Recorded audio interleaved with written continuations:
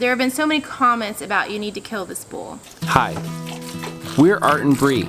4 years ago, we left the city to buy a 100-year-old farm to turn it into our own productive homestead where we can grow our own food, build a healthy life, and raise our kids just how we like. If you want to join us in our homesteading adventure on our small farm, don't forget to subscribe to our YouTube channel. This last weekend, we had one of the craziest things happen that we've ever had happen on our little farm and homestead. Our bull came home after spending actually almost 5 months at a friend's house. Sounded like it was his friend's house. Go, buddy.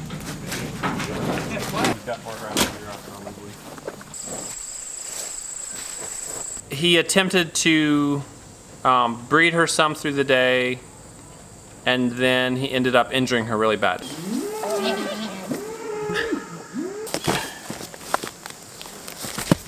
If you don't know what I'm talking about at all, we'll link a video up here where you can go watch that video and just actually see what happened. It was very dramatic and scary. We are stuck in this conundrum, which is what do we do with the bull? What do we do next? Mainly because to let him back out with her injured leg, if she was still in heat, he could injure her more.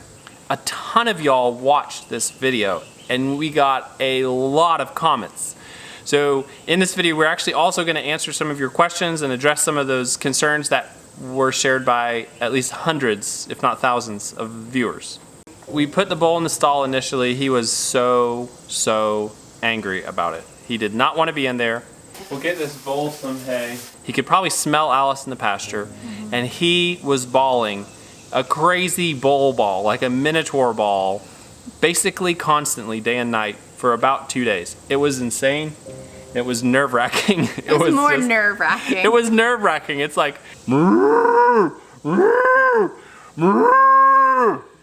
hey, you did that pretty good. I'm well, surprised I'm a bull. He's not doing What it do you expect?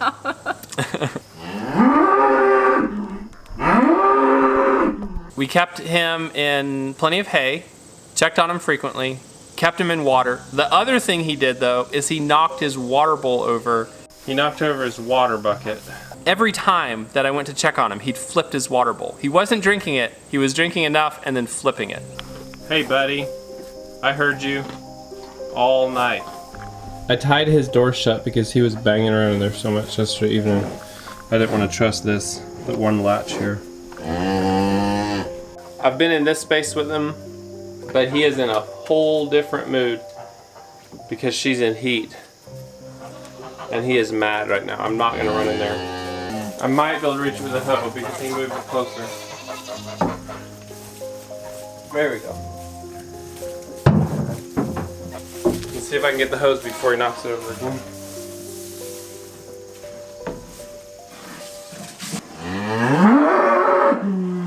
Meantime, Alice was in the pasture. We were definitely concerned about her because she had a significant injury.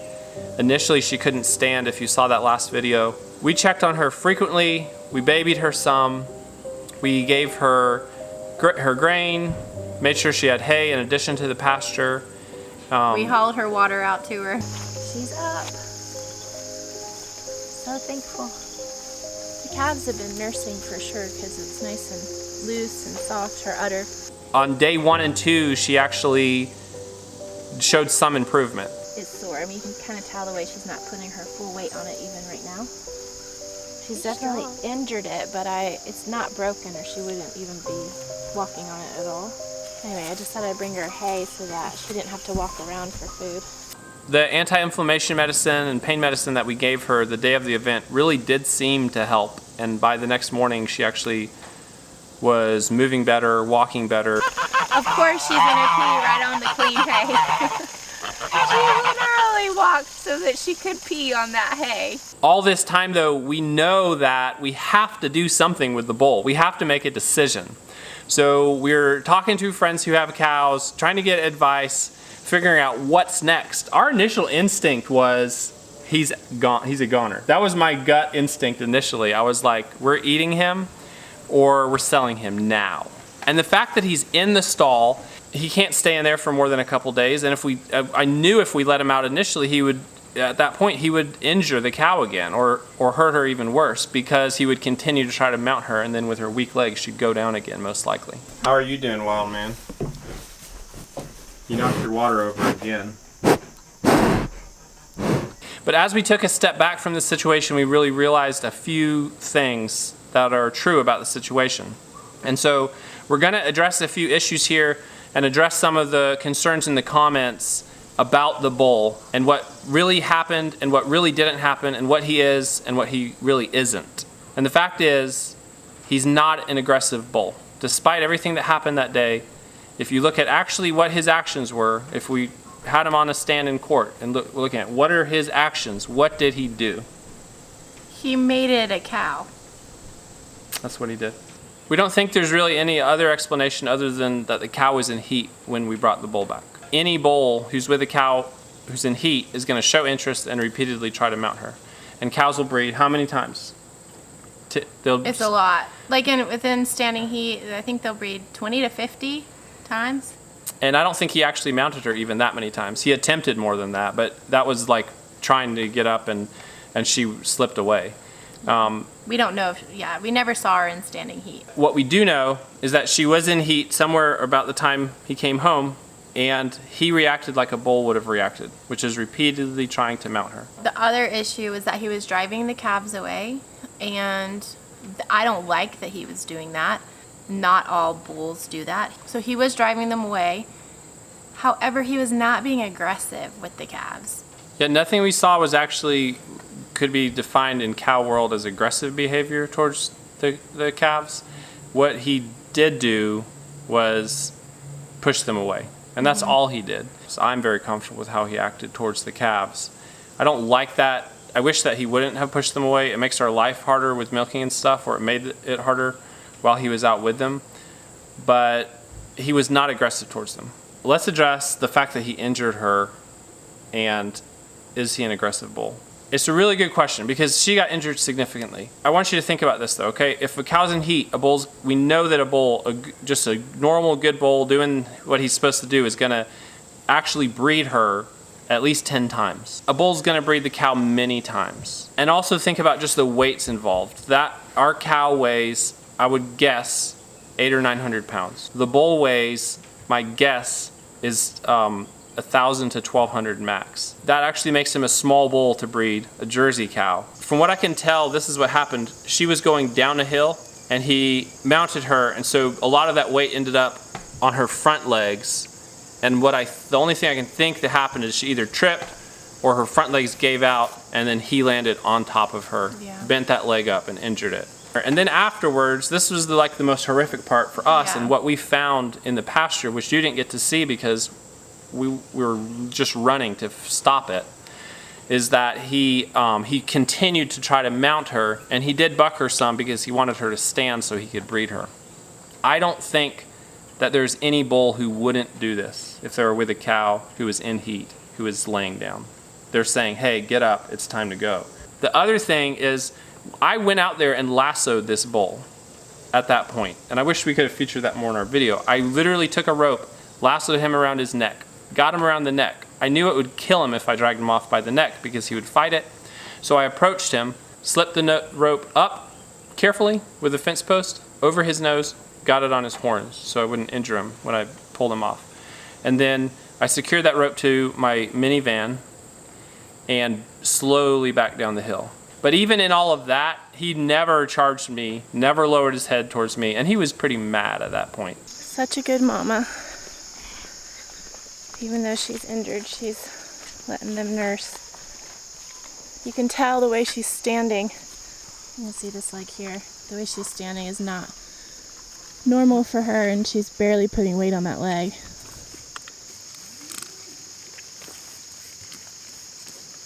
After a little reading, this does happen on hills, and other times when a bull is too big, but he's not too big for her. Why are you eating that?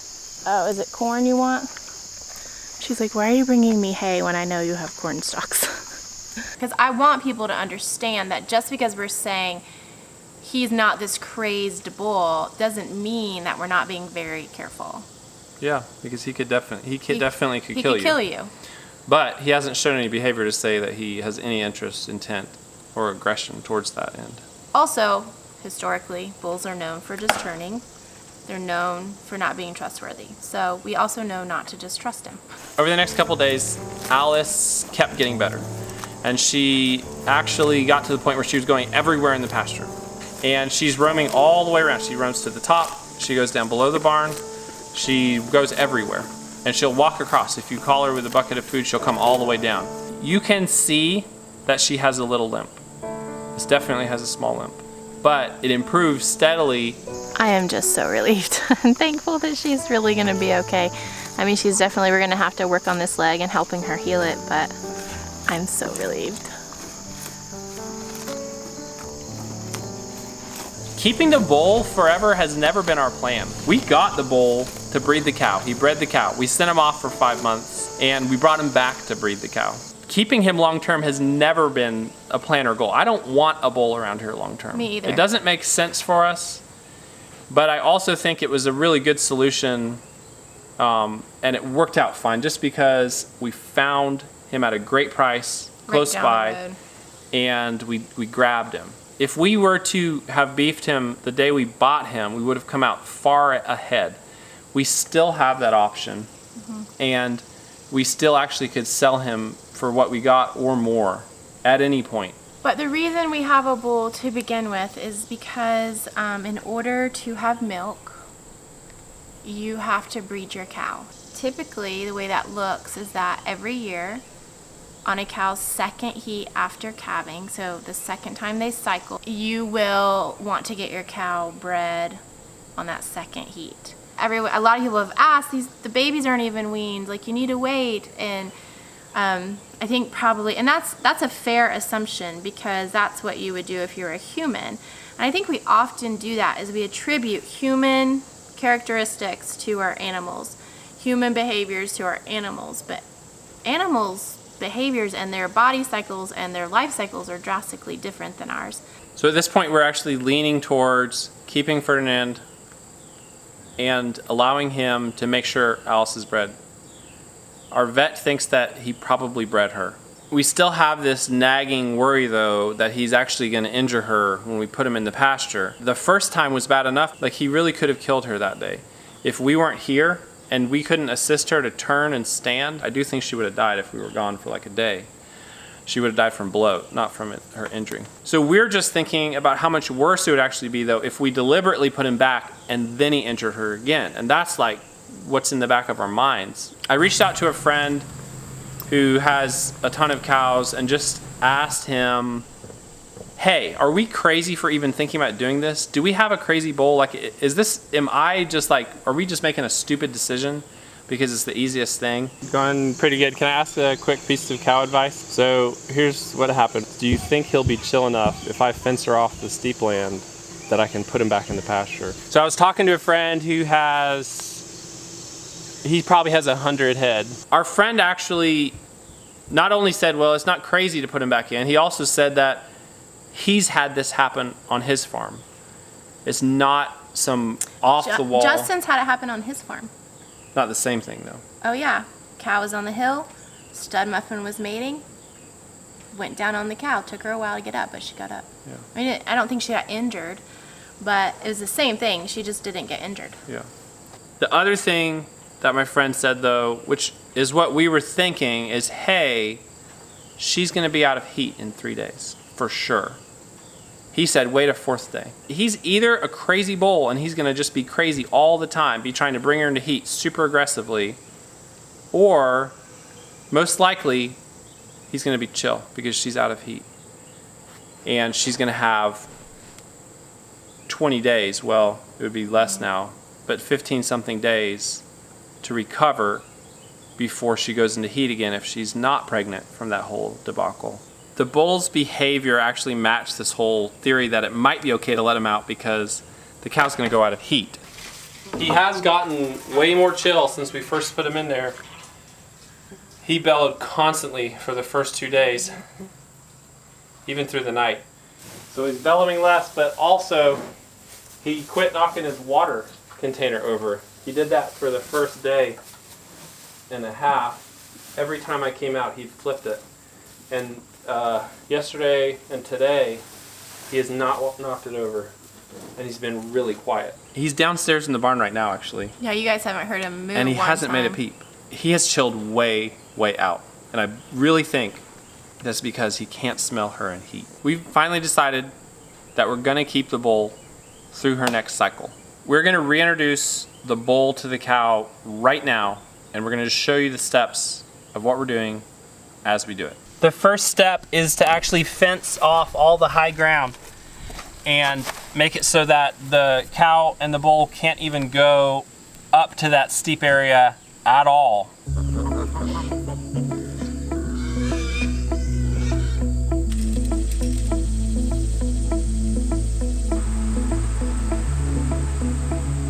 The next step is to get Alice out of the pasture entirely. So when we let the bull out, she's not right there. And we can see how he acts. Come on, girl.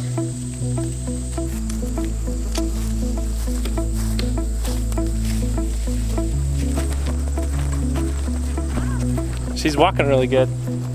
Come on, let's go. All right, this is right where I want her. I chose this fence to put Alice on the outside of because it would be very challenging for that bull to go through this fence because this high tensile wire, it is extremely strong. A tree can fall on this fence and it won't break those. It'll just go to the ground, tear it off the post, and then you can put it back up onto the posts. Okay, it's time to do this. Have we done everything we need to do? Yep, calves are put up in the back. The goats are in this stall so that they're not in the mix of all this. I think we're ready. Yeah. We're gonna do it.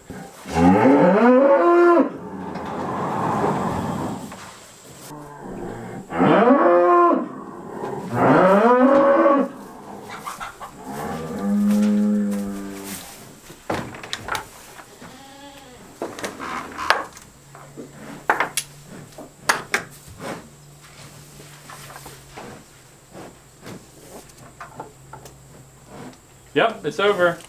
Get out in the sun.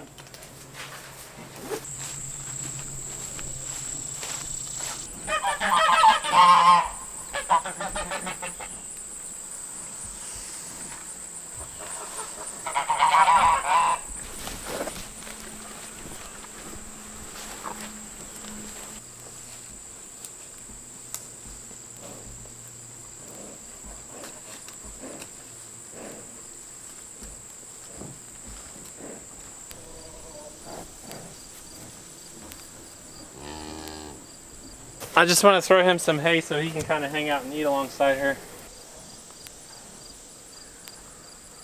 Okay, things are pretty peaceable right now. We're going to give them about an hour. Let the cow stay on the outside of that fence wire and eat. And let him just work it out in here. And then as long as he's behaving like this, we're going to let him in. So it's been not quite an hour. Alice actually came up to the fence like she wants to go back in. She probably wants to find her calves. So I'm going to actually put them back together right now. Come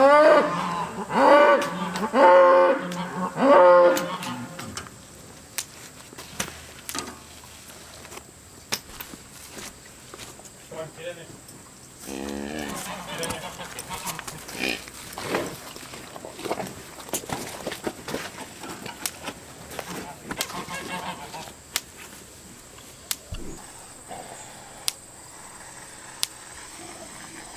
So far he's just sniffing her and following her around.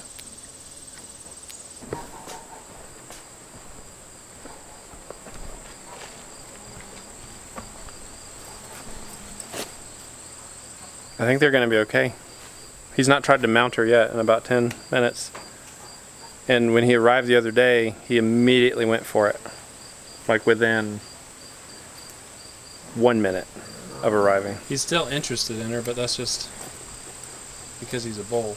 Oh God.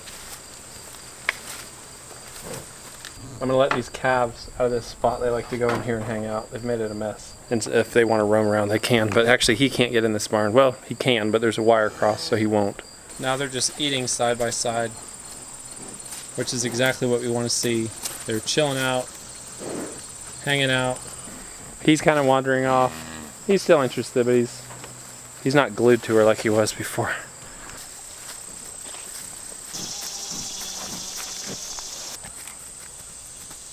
So what are we gonna do with the bowl? That's what we're gonna do with the bowl for now. I really hope it goes well. It still could go very badly, but I think we went through a solid decision-making process, got some good advice, and with the signs that we're seeing right now, things will go well. We're gonna watch him super closely, and we will jerk him out of there, literally, if we have to. So we'll let you know how it's going, and we'll see you in another video. Subscribe if you haven't, and we'll see you next time. Bye.